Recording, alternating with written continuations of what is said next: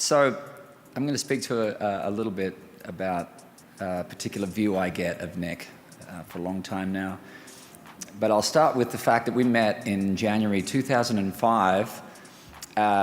We were being honoured at this event called G'day LA, which sounds a bit like a pickup line from Crocodile Dundee. They were the anomaly, the one Hollywood couple we all thought had outwitted the curse. The Oscar-winning actress in couture and composure. The country music star with that slow-drawl charm, gliding from red carpet to gala like a living love song. Always together. Always incandescent. But now, that picture-perfect love story lies shattered across the gleaming hardwood floors of their Tennessee estate. Nicole Kidman and Keith Urban aren't just calling it quits, they're barreling toward a divorce showdown. At the center of this implosion, $325 million in combined wealth, a portfolio of properties worth $56 million, and a quietly explosive clause buried in their 2006 prenuptial agreement. It's been dubbed the Powder Clause, a not-so-subtle reference to the turbulent years Keith spent in and out of tabloid headlines.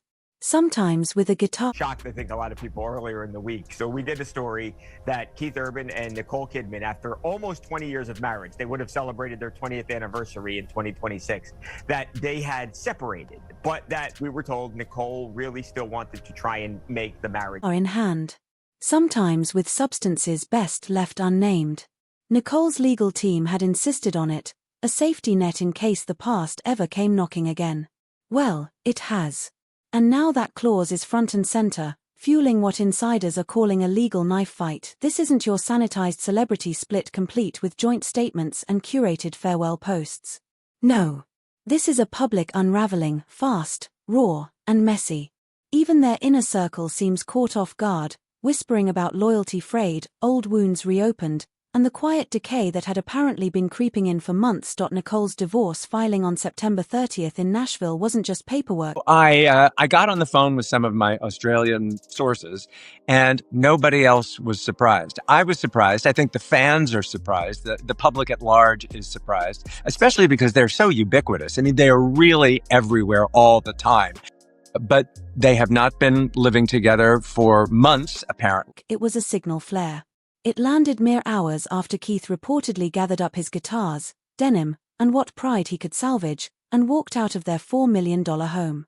That move peeled the varnish off their fairy tale image, exposing just how long the foundation had been cracking.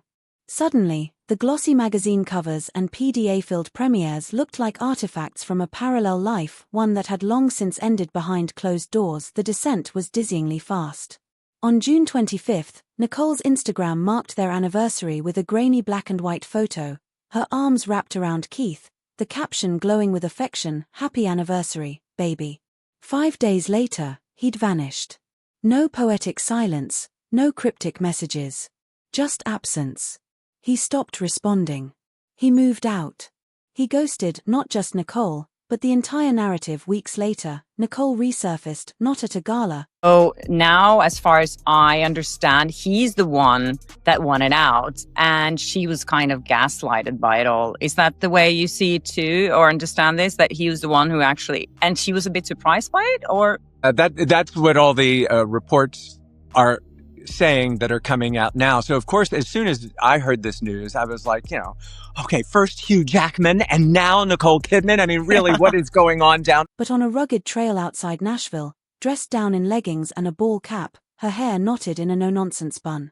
Her sister Antonia kept pace beside her like a quiet sentinel. Paparazzi caught a flicker of a smile, then a sudden pause, her hand pressed to her chest, a private moment laid bare. It was the portrait of a woman staggering under global sympathy while wrestling with personal wreckage. The tabloids, ruthless as ever, anointed Antonia as her emotional anchor while the Kidman family closed ranks. They moved quickly to shield Nicole from the tidal wave of whispers, online autopsies, and the steady drip of new rumors. But the damage is already in the bloodstream of the media. This isn't just the end of a marriage, it's the collapse of a myth. And by all accounts, it's only just beginning. The painful truth. Nicole never wanted this. If those closest to her are to be believed, she was still in the trenches, trying to salvage their marriage while Keith was already easing out the back door. Insiders describe her reaction not as hurt, but as blindsided. And that's putting it delicately. After nearly 20 years of weathering the storms, from Keith's very first rehab stint just 4 months after they said I do, to the quiet agony of resurfaced scandals, whispered affairs, and relapsed habits, Nicole had become fluent in emotional damage control. But this time, her skills were being tested at a scale even she wasn't prepared for, because now, it wasn't just that Keith had left. He was finished. No more tender red carpet hand